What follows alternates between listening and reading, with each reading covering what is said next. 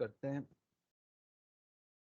Topic हमारा PHP में array है और एरे को हमने कहा था कंटिन्यू करेंगे। एरे वैसे ही एक बहुत बड़ा टॉपिक है, बहुत सारी चीज़ें इसमें की जाती हैं, बहुत सारी चीज़ें इसमें लिखी जाती हैं, बहुत सारी चीज़ें इसमें बनाई जाती हैं। तो इसमें हम चल रहे हैं और क्योंकि कोर्स के हिसाब से हमें चलना पड़ रहा है और कुछ चीज़ें आगे पीछे हैं, तो वो मैं फिर अपने हिसाब से उसको ऐड करके रन करता हूँ। बहरहाल ये जो चीज़ें होती हैं ये बोर्ड के आउटलाइन के हिसाब से होती हैं। तो यहाँ पे पिछली क्लास में हमने देखा था कि किस तरीके से हमने इफ को यूज करना है, लूप को यूज करना है, स्विच केस को यूज करना है। उसके बाद जो हमारा टॉपिक है वो है एरे। तो हमने इसमें पिछली क्लास में बताया था, रिकॉर्डिंग ऑन है या नहीं है।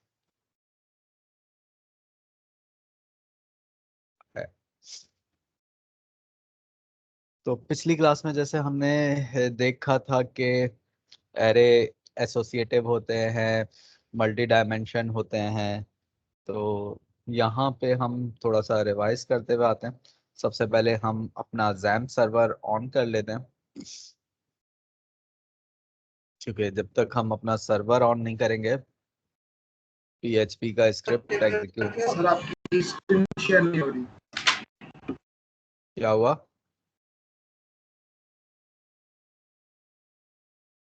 इस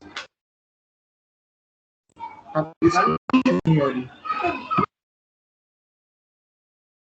सबके पास स्क्रीन शेयर तो मैंने की हुई है, सबके पास नहीं हो रही है या बाकी सबके पास स्क्रीन आ रही है? आ रही है सर। आ रही है। अब्दुल समीन, थोड़ा सा आपका इंटरनेट का मेरे हाल में इशू होगा जिसकी वजह से थोड़ी देर में लोड होगी।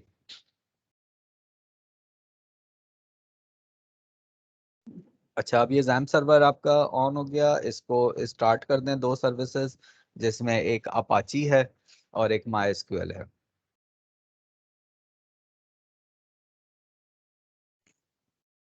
तो लास्ट टाइम हमने बात की थी कि प्रोग्रामिंग में एरे एक इम्पॉर्टेंट है, और अगर हम बात करें तो इंडेक्स एरे है। इंडेक्स एरे जो हमने जिसकी एग्जांपल ये वाली ली थी कि ये एरे क्योंकि स्टार्ट होता है जीरो से और वो उसके इंडेक्स पे ही प्रिंट करवा रहा होता है चीज़ों को। तो जैसे हमने कहा कि इको करा दो काउंट, तो मैं एक नई फाइल क्रिएट कर लेता हूँ।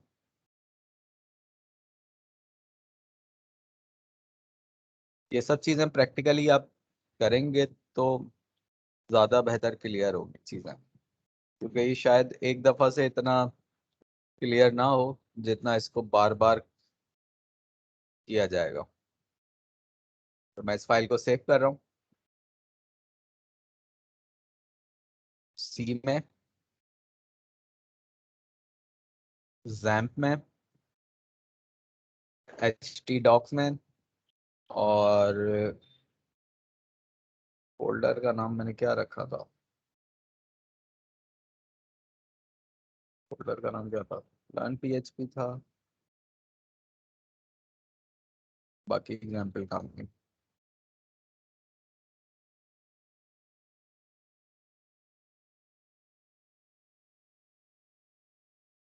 htdoc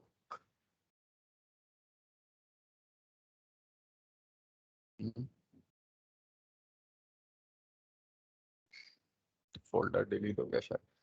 चलो मैं इसका नाम रख देता हूँ PHP-12।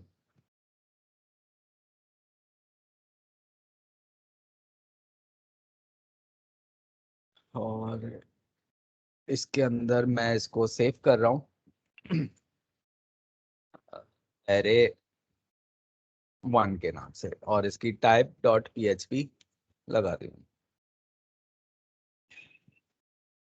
तो जिस तरह वेरिएबल डिक्लेयर होता है उसी तरीके से उसके बाद आपने उसी वेरिएबल को एरे बना देना होता है। मिसाल के तौर पे हमने कहा एक वेरिएबल है जिसका नाम है गेम और इक्वल अरे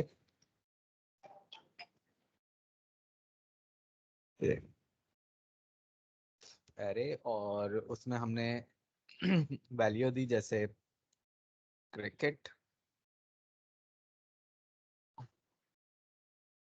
टेनिस, फुटबॉल,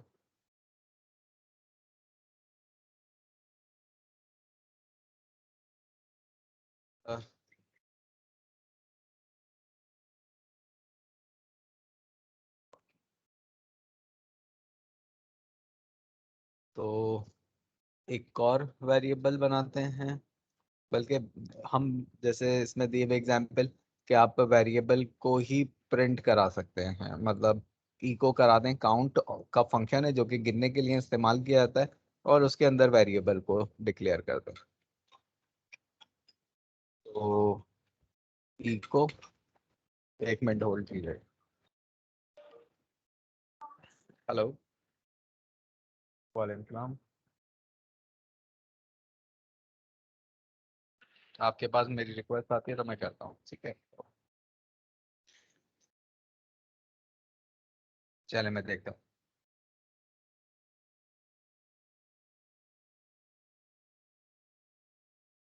कहाँ ये भाई इनकी रिक्वेस्ट। दोबारा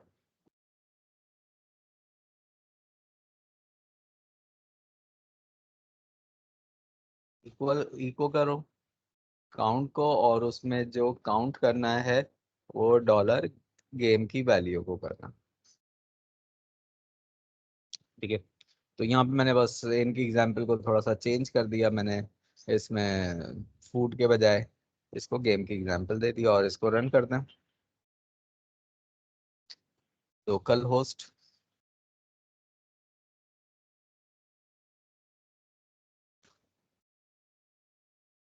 PHP,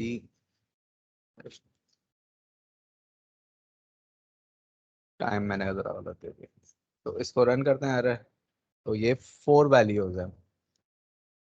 तो इसने इसको काउंट करा कि इस एरे में नंबर ऑफ वैल्यू क्या है, तो ये 0 है, ये 1 है, ये 2 है, ये 3 है।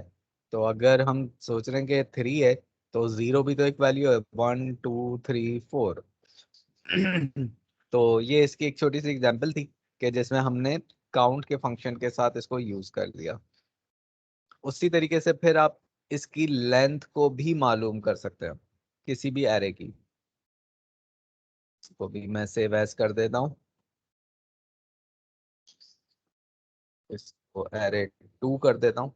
जब मैं सब लाइन में एक दफा डॉट पीएचपी दे के सेव कर देता हूँ तो वो सेकंड खुद ही बनाता रहता है डॉट पीएचपी। अच्छा, अब इसमें हमने इसमें हमने एक वेरिएबल वही दे दिया, और एक और वेरिएबल बनाया जैसे हमने डॉलर के साथ एरे की लेंथ बना दिया और काउंट कर लिया। तो यहाँ पे मैं एक और वेरिएबल ले रहा हूँ, छोटा सा नाम दे देते हैं, लेंथ इक्वल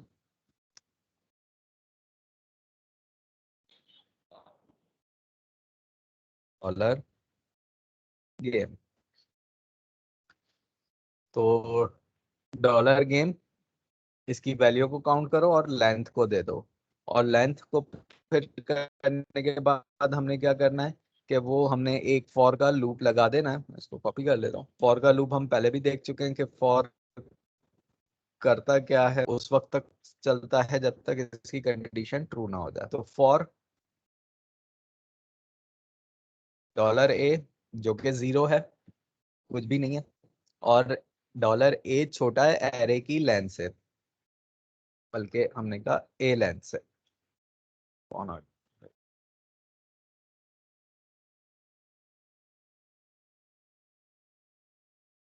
तो ए की लेंथ में कितने करेक्टर हैं? 1 2 3 4, वैल्यूज हैं 4।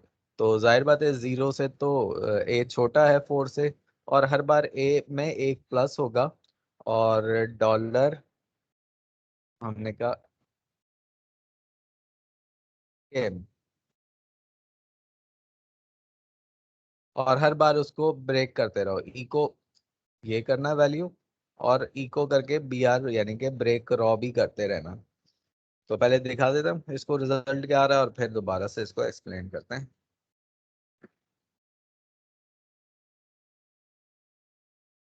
1 2 3 4। तो ये एक किस्म का रॉ में कर दिया, क्योंकि ब्रेक का मैंने टैग लगा दिया। दोबारा देखें, एक वेरिएबल बना गेम जिसमें कुछ भी नहीं था, पर एरे की मदद से उसमें हमने 1 2 3 4 वैल्यूज ऐड कर दी। अगर हम विदाउट एरे करते तो हम गेम में कोई एक गेम रख सकते थे, जैसे क्रिकेट, टेनिस, सॉकर या हॉकी में से कोई एक आ सकता था। क्योंकि फायदा ये एरे को यूज करने का फायदा ही हमारे पास ये है कि आप एक वेरिएबल में मल्टीपल वैल्यूज को स्टोर कर सकते हैं। तो सिंगल वेरिएबल भी मेमोरी का स्पेस 2 MB लेता है, जबकि आपका पूरा एरे जो है वो भी 2 MB लेता है। सही है। तो उसके बाद हमने ये इसकी एक ए लेंथ बताई कि इसकी लेंथ क्या होगी काउंट करके। तो काउंट में क्या था, गेम, और गेम में 4 कर वैल्यूज थी जो कि उसने लेंथ को दे दी। फॉर का लूप चलाया क्योंकि हमने एक एक करके चीजों को प्रिंट करना था। ये उस वक्त तक चलेगा जब तक कि वो कंडीशन उससे बड़ी ना हो जाए, या जब तक कि वो उसके बराबर ना हो जाए। तो जब तक वो हमारे पास एरे खत्म ना हो जाए। तो यहाँ पे हमने कहा ए 0 है, ए छोटा है लेंथ से क्योंकि लेंथ में 4 है, और हर बार पहले प्रिंट कराना है, फिर वैल्यू को इंक्रीमेंट करना है। यानी कि फॉर का लूप फर्स्ट टाइम जो है वो यहाँ तक चलता है, प्रिंट करता है, फिर जब दोबारा आता है तो पहले इंक्रीमेंट करता है, और फिर ये तकरीबन तमाम लैंग्वेजेस में इसी तरीके से फॉर का लूप रन होता है। तो जब हमने इसको इको करवाया तो पहली वैल्यू 0, फिर 1, फिर 2, और फिर 3 के इंडेक्स पे प्रिंट हो गई वो। तो ये था। उसके बाद आगे चलते हैं।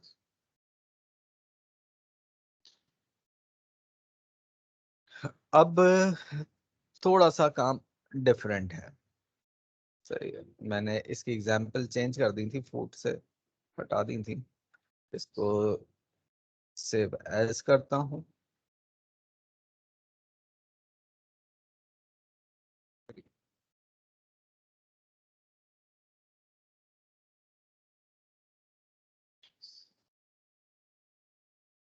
तरीका वही है, डॉलर के साथ आप एक वेरिएबल बनाएं, फूड का बनाएं, गेम का बनाएं, कार का बनाएं, स्पोर्ट्स का बनाएं, जो भी बनाना चाहें आप। तो मैं थोड़ा सा टाइम सेव करने के लिए यहाँ पे मैंने ये दे दिया।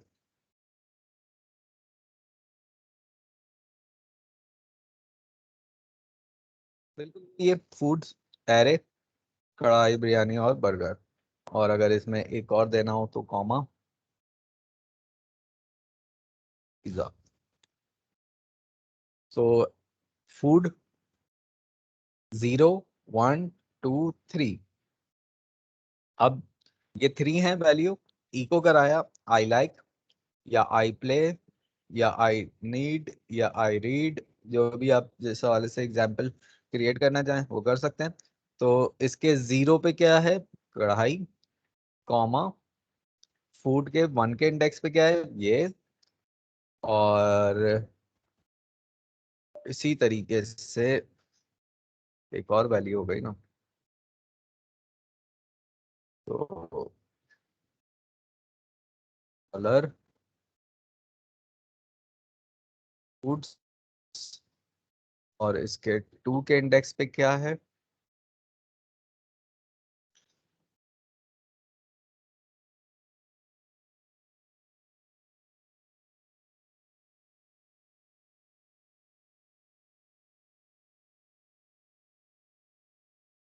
मैं मिस्टेक तो नहीं कर रहा अभी तक, तो लग नहीं रहा। And dollar 3। और फुल स्टॉप को भी प्रिंट करा दिया। तो डॉट फूड्स,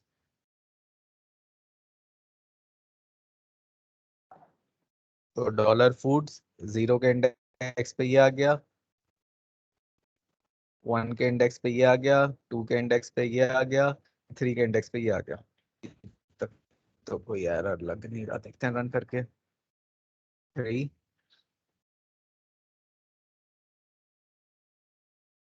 लाइन नंबर 4 पे कहीं कॉमा मिस्टेक कर रहा है।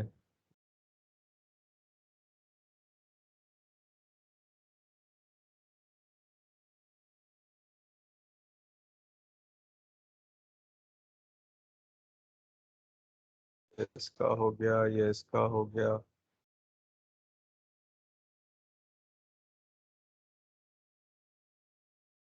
सर डॉलर 42 के पहले आपने कॉन्कैटिनेट नहीं किया है, फुल स्टॉप इज मिसिंग पहले। एक मिनट, 0 1 कॉन्कैटिनेट हुआ, यहाँ पे कॉन्कैटिनेट सिंबल नहीं आया, यहाँ पे सही आया। और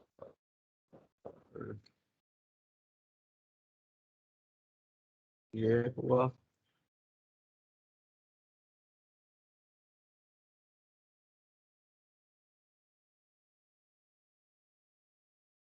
अभी भी कहीं कॉन्कैटिनेट मुझे कहीं ज्यादा लग रहा है, शायद सही आ गया। तो ये एक सिंटैक्स में जो मिस्टेक होगी वो सिंटैक्स एरर आ जाएगा। तो सिंटैक्स एरर में आपके पास ही होगा कि यहाँ पे आपने कहीं कॉमा मिसिंग कर दिया, कहीं सेमीकोलन है, कहीं डॉट है। तो ये तो खैर सिंबल थे कॉमे के जो मैंने कोटेशन में दिया, आप सिंगल कोटेशन ले लें, डबल कोटेशन दे दें, ये सारे कोड आ रहे हैं आपके पास।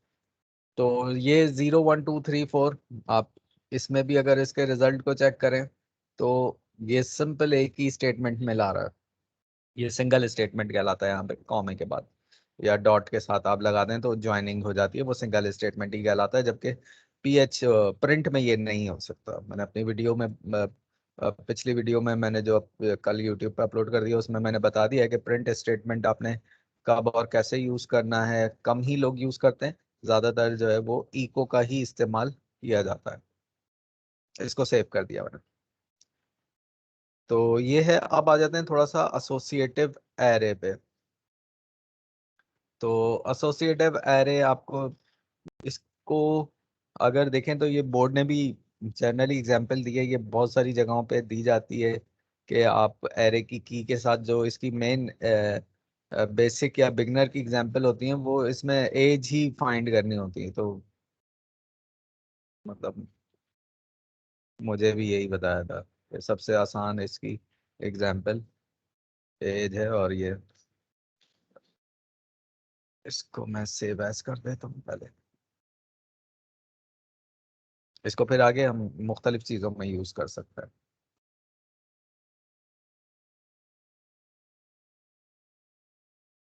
इसको 4 पे ले आता हूँ।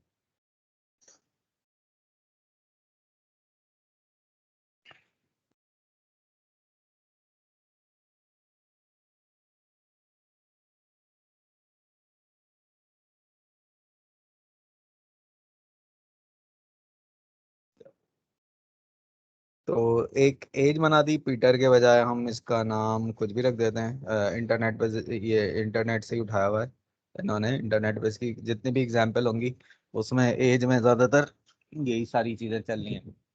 और अक्सर जो है वो जो प्रोग्रामिंग बेस्ड वेबसाइट है जो कि बिगनर्स के लिए बनाई गई हैं, वो रेफरेंस में उनके पास जो डेटा आ रहा होता है वो ज़्यादातर W3 से आ रहा होता है। इमरान और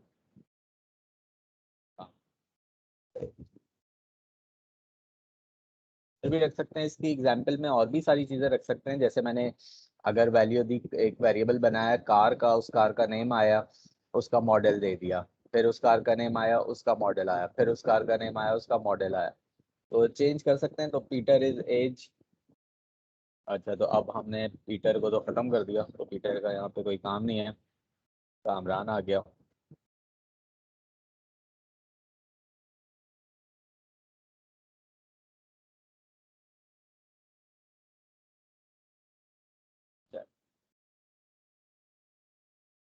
तो मैंने यहाँ पे कामरान कर दिया। अहमद भी कर सकते थे, जिसको फाइंड करना चाहें, जिसको प्रिंट कराना चाहें। तो कामरान इज एज, कामरान, सही है। एरे में कामरान मिला हुआ है, और यहाँ पे अगर के कैपिटल है तो यहाँ पे भी के कैपिटल ही होना चाहिए। और उसके बाद उसकी की के पे वैल्यू क्या पास हो रही है, 43। तो रन करते हैं इसे, देखते हैं 43 ही आना चाहिए, और उसके आगे हमारा मैसेज ईयर्स ओल्ड।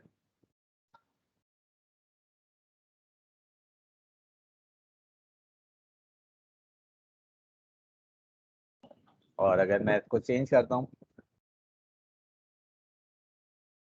मैसेज, ऐसा नहीं करेंगे, मैसेज अहमद का देना और एज जो है वो कामरान की प्रिंट कराना। जो वैल्यू जिसकी देना चाहें वो कर, हो सकता है, पर वो ना करें तो कर सकते हैं। तो ये उसके एसोसिएटिव कहलाता है। इसको इसी तरीके से दिया जाता है कि इस वैल्यू पे क्या वैल्यू पास की जा रही है। ये आपको इक्वल का सिंबल है और ग्रेटर देन है, फिर इक्वल है और ग्रेटर देन है। इसको बगैर कोट या बगैर कोटेशन के ही लें तो ज़्यादा बेटर है। अच्छा, अब हम थोड़ा सा आगे मुश्किल चीज़ों पे जाते हैं।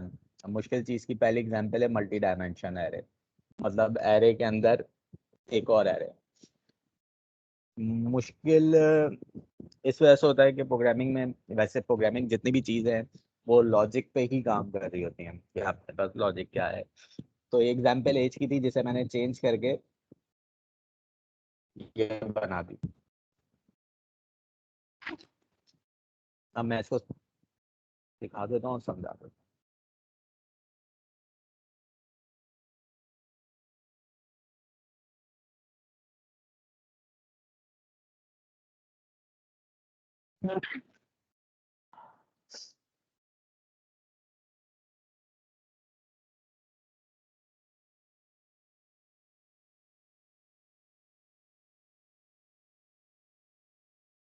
अब इसका देखें, एक वेरिएबल में एक से ज्यादा एरे आ गए। तो पहले तो एक ही एरे आ रहा था, अब एक वेरिएबल में एक से ज्यादा एरे आ रहे हैं। और कैसे बने, जैसे हम कहते हैं ना, एरे के अंदर मजीद array, array with in array. तो यहाँ पे एक वेरिएबल बना दिया डॉलर लैपटॉप। आप प्रोडक्ट का बना दें, आप करेंसी का बना दें, आप जिसका भी चाहें बना दें। ये अब आपके ऊपर है कि आप एग्जाम्पल कौन सी क्रिएट करते हैं। एरे, अब ब्रैकेट ओपन करा, यहाँ पे हम वैल्यू देते थे, कॉमा दूसरी वैल्यू, कॉमा तीसरी वैल्यू, कॉमा चौथी वैल्यू, ये हम देते थे। पर मल्टी डायमेंशन में हम क्या करते हैं, ब्रैकेट ओपन करने के बाद एक और एरे, मतलब एक ही एरे के अंदर मजीद एरे। तो जब ये प्रिंट होगा तो पहले इनर एरे चलेंगे सारे। तो एक एरे है जिसमें डेल है, उसकी वैल्यू, और उसके यूं समझें ये एक रॉ बन रही है। और डेल है जिसके उसके एक इंडेक्स पे 10 है और एक इंडेक्स पे 5 है। इसका मतलब है कि यहाँ पे मैं जो यूज कर रहा हूँ वो एक स्टॉक शीट को मेंटेन कर रहा हूँ अपने एरे में। उसके बाद दूसरा एरे है HP 11, सॉरी 15 और 11। फिर तीसरे एरे में ये वैल्यू पास हुई हुई है, चौथे एरे में ये वैल्यू पास हुई हुई है उसके इंडेक्स पे। इको प्रिंट करो डॉलर लैपटॉप, पहला। इसके जीरो पे, जीरो इंडेक्स पे क्या है, मतलब एक पहली रो पहले कॉलम पे क्या है, फिर पहली रो, और पहले कॉलम पे जीरो रो पे पहले कॉलम में क्या है, फिर दूसरे कॉलम में क्या है। मतलब रॉ का इंडेक्स जीरो ही रहेगा। सही है। अब रॉ के इंडेक्स में पहला कॉलम जीरो बना, फिर दूसरा कॉलम वन बना, और तीसरा कॉलम दो बना। ये पहले एरे को एग्जाम्पल समझें, ये वाला जो मैंने सेलेक्ट करा है, ये डेल को समझें। तो डेल जो प्रिंट होगा वो कहाँ पे होगा, एक रॉ एक कॉलम, जीरो पे आ गया डेल। फिर 10 उसकी जो क्वांटिटी है वो उस जीरो रॉ के फर्स्ट इंडेक्स पे आ गया 10। फिर जीरो रॉ के यानी कि फर्स्ट रॉ के कॉलम नंबर या इंडेक्स नंबर 2 पे आ गया। फिर ब्रेक हुआ, इसी तरीके से दूसरी रॉ क्रिएट हुई, फर्स्ट रॉ, फिर सेकंड और फिर थर्ड। इसको मैं रन करता हूँ और फिर आपको शायद ज़्यादा बेहतर समझ में आए, और अगर किसी के समझ में नहीं आए तो वो पूछ लें भाई। ये 5, तो अब देखें, डेल इन स्टॉक 10, सोल्ड 5। ये मैंने मैसेज कर दिया था कि भाई स्टॉक में 10 है, बिके 5 है। HP in stock 15, sold 11। Acer in stock 20, sold हुए 6। लेनोवो 17 है स्टॉक में, 11 सोल्ड होगा।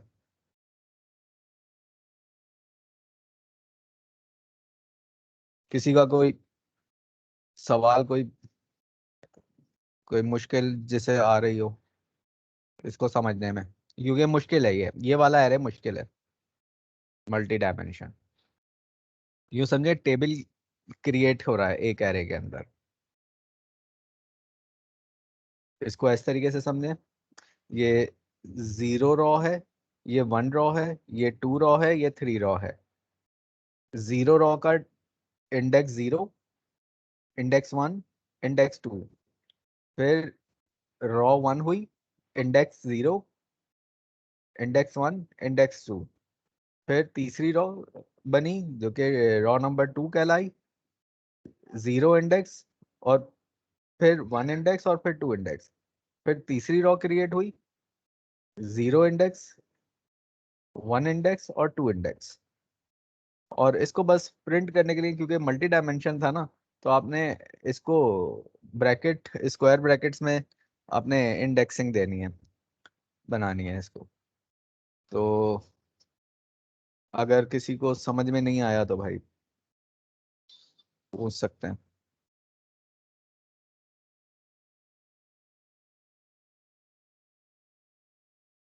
चलें भाई, आगे चलते हैं।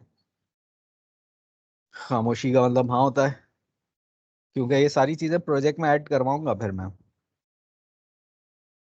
अब जैसे दूसरी एग्जाम्पल मैंने इसी वजह से कार की रख दी, और ये ऑलमोस्ट लास्ट एग्जाम्पल कर रहा हूँ मैं। ये एक चीज की दो एग्जाम्पल दे दूं, पर इसको जो है वो मैंने लूप में रखा है।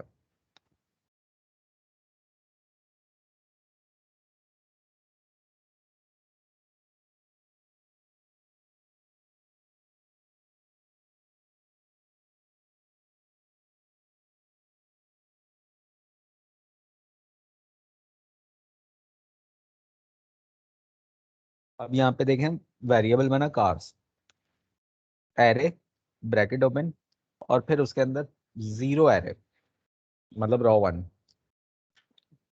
कार का नेम कुछ भी दे दिया मैंने, वॉल्वो। उसके 0 इंडेक्स पे 22, 18। फिर 1 इंडेक्स रॉ बनी, BMW। फिर उसके कॉलम हुए, फिर तीसरी रॉ बनी, फिर चौथी रॉ बनी, सॉरी, फिर दूसरी रॉ बनी और फिर तीसरी रॉ बनी। उसके बाद यहाँ तक तो ये एरे के साथ तमाम एरे हमने डिक्लेयर करे, उनकी रॉ इंडेक्स डिक्लेयर हो गई, साथ ही उनके कॉलम भी डिक्लेयर हो गए। अब फॉर का लूप है। फॉर का लूप क्या है? जब तक चलेगा जब तक आपकी कंडीशन ट्रू ना हो जाए, फाइल एंड ना हो जाए, या वैल्यू खत्म ना हो जाए। तो एक डमी वैल्यू वेरिएबल बना है रॉ का, सही है, और उसे रख दिया 0।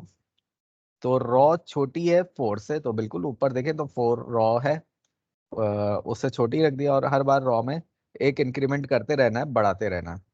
ई को पैराग्राफ और बोल्ड के उसमें मैंने दिया है रॉ नंबर। तो जब रॉ नंबर मैं प्रिंट करा रहा हूँ तो उसके साथ मैंने डॉलर रॉ भी कर दिया, यानी कि रॉ का इंडेक्स आ जाएगा 0। फिर वो HTML के टैग क्लोज हो गए, UL का टैग भी मैंने लगा दिया अनऑर्डरलेस के लिए। फॉर, अब loop with in a loop. अब ये बताएं कि जब ये लूप चलेगा तो सबसे पहले लूप कौन सा चलेगा, इनर या आउटर? फर्स्ट टाइम तुक्का लगा दो भाई कोई भी। सर नेस्टेड लूप इनर वाला चलेगा। अच्छा, फर्स्ट टाइम इनर, और कोई?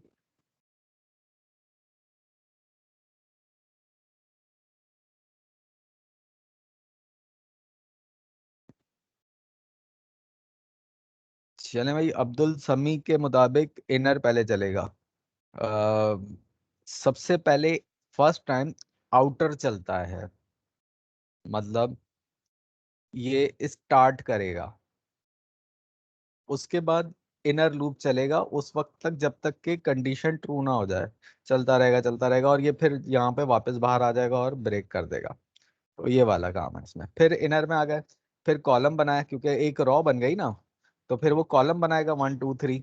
जब तक पूरे 3 कॉलम नहीं बन जाएंगे वो आगे नहीं जाएगा। 3 कॉलम है ना, 0 1 2 3, तो वो लेस देन 3 से हो, तो जब जैसे ही वो लेस देन 3 या इक्वल हो जाएगा उसके, और कॉलम में हर बार एक इंक्रीमेंट करता रहे, एक लिस्ट आइटम बनाता रहे, एल का टैग, डॉलर कार जिसमें आता रहे रॉ भी आए और कॉलम भी आए, ये प्रिंट कर दिया इसने। और इको अब जरा चला के दिखाता हूँ कि शायद समझ में आ जाए चल के, इंशाल्लाह चलेगा भाई। ये आ गया, चले जबरदस्त। तो ये ठीक हो गया भाई। तो रॉ फर्स्ट हुई 0, उसके बाद यूएल का टैग और एल आई भी आ गई, वॉल्वो 22 और 18, कुछ भी समझ लें। 22 इसका मॉडल है, 18 इसका जो भी है प्राइस दे दें आप जो भी है। इसी तरीके से B MW first row second row create हुई, फिर थर्ड रॉ क्रिएट हुई, और फिर फोर्थ रॉ क्रिएट हुई। कॉलम रॉ हमने 4 रखी थी कंडीशन के मुताबिक। कहाँ था भाई, ये रहा, सही है। और कॉलम हमने 3 रखे थे, 1 2 और 3, 0 1 2, तो वो 3 कॉलम बन गया इस तरीके से। तो प्रिंट क्या हुआ, डॉलर कार, फिर रॉ, फिर कॉलम, ये आ गया। तो फिर एक रॉ बनी, ये भी तो रॉज बन रही है ना, ये भी तो रॉ बन रही है। ये एक रॉ, ये दूसरी रॉ, और ये तीसरी रॉ। तो ये आप पूछ नहीं रहे पर कंफ्यूजन यहाँ पे होनी चाहिए। कार आ गई प्रिंट होके, फिर उसमें एक रॉ क्रिएट हुई, फिर उसका कॉलम 1 हुआ, फिर दूसरी कार आई, फिर उसकी रॉ क्रिएट हुई, उसका कॉलम हुआ, फिर तीसरी, और फिर चौथी, इस तरीके से ये सारी चीजें चल रही हैं भाई। ये असल चीज थी, ये जिस पे सवाल किसी ने नहीं उठाया कि ये एक साथ 3 वेरिएबल प्रिंट हो रहे हैं, ये क्या काम कर रहे हैं। तो ये इनर वाला लूप जो है वो इसके साथ ये कॉम्बिनेशन बना रहा है। सही है भाई। तो एरे हमने की 3 एग्जाम्पल कंप्लीट कर ली, इंडेक्स, एसोसिएटिव और मल्टी डायमेंशन। अब नेक्स्ट क्लास में यानी कि कल की क्लास में हम मजीद चीज़ें देखेंगे। एक तो सॉर्टिंग देखेंगे, सॉर्टिंग के साथ अब हम फिर फॉर्म्स पे आ जाएंगे। फॉर्म्स, क्योंकि अभी तक हमने पीएचपी को थोड़ा बहुत देख लिया, अभी हमने ये नहीं देखा कि फॉर्म से वैल्यू डेटाबेस में कैसे जाएगी, और डेटाबेस से फॉर्म में वैल्यू वापस प्रिंट कैसे होगी, डिस्प्ले कैसे होगी पेज पे। क्योंकि पीएचपी में होता है कि वो आपका जो भी आंसर होगा सर्वर से जो भी आएगा वो कन्वर्ट पीएचपी में एचटीएमएल में करके आपको शो करेगा वो। तो खैर ये चीज़ें कैसे होंगी, तो इसके लिए हमें कोई सिस्टम भी बनाना होगा। जैसे हमें एक लॉगिन सिस्टम बनाना होगा कि यूज़र ऑथेंटिकेशन हो, कि भाई वो अगर अपना सही यूज़र नेम और पासवर्ड डाले तभी वो लॉगिन हो। प्लस अगर कोई नया एम्प्लॉय, नया स्टूडेंट, नई प्रोडक्ट ऐड करनी हो तो वो कैसे होगी, फॉर्म के ज़रिए। और अगर वही चीज़ डिलीट करनी हो तो कैसे होगी, एडिट करनी हो तो कैसे होगी, अपडेट करनी हो तो कैसे होगी।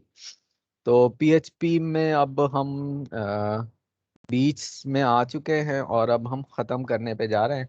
और क्योंकि बोर्ड के स्टैंडर्ड के मुताबिक आपने सिर्फ यही क्यूरी सिखानी है, जैसे ऐड, इंसर्ट, अपडेट, डिलीट, ये वाली चीज़ें हैं, और सेलेक्ट वाली कि आप फाइंड वगैरह करना चाहें। उसमें कुछ चीज़ें हम थोड़ा बहुत अपनी तरफ से ऐड कर देते हैं, पर पीएचपी में आगे बहुत कुछ होता है। मतलब जैसे हमने कहा, सॉर्टिंग इतनी कॉम्प्लेक्स होती है, फिर डेटाबेस में वैलिडेशंस कैसे होंगी, वो सारी चीज़ें हैं। तो वो मैं फिर आपको आहिस्ता आहिस्ता भी बताता रहूँगा। तो कोर्स के कंटेंट के हिसाब से तो ये हो जाएगा कंप्लीट। चलें भाई, तो लिंक शेयर कर दूंगा मैं, किसी का कोई सवाल है तो पूछ सकते हैं अभी। Excuse me sir. जी जी बोले।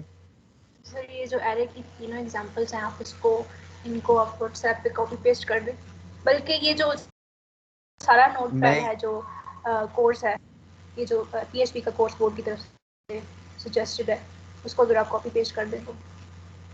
मैं ऐसा कर लेता हूँ आसान काम कि ये नोटपैड वाली फाइल ही ग्रुप में अपलोड कर देता हूँ। सही। आप किस ग्रुप में हैं? सही है सर, हम लोग तो 2 या 3 लोग हैं। फातिमा है, मुझे लगता है ऐड है, तो वो भी है। नहीं नहीं, ग्रुप का नाम बताएं। DHA। देखना पड़ेगा सर ये। चले, आप मुझे मैसेज कर दिए ग्रुप में शीट का, तो मैं आपको ये अपलोड कर देता हूँ। सही।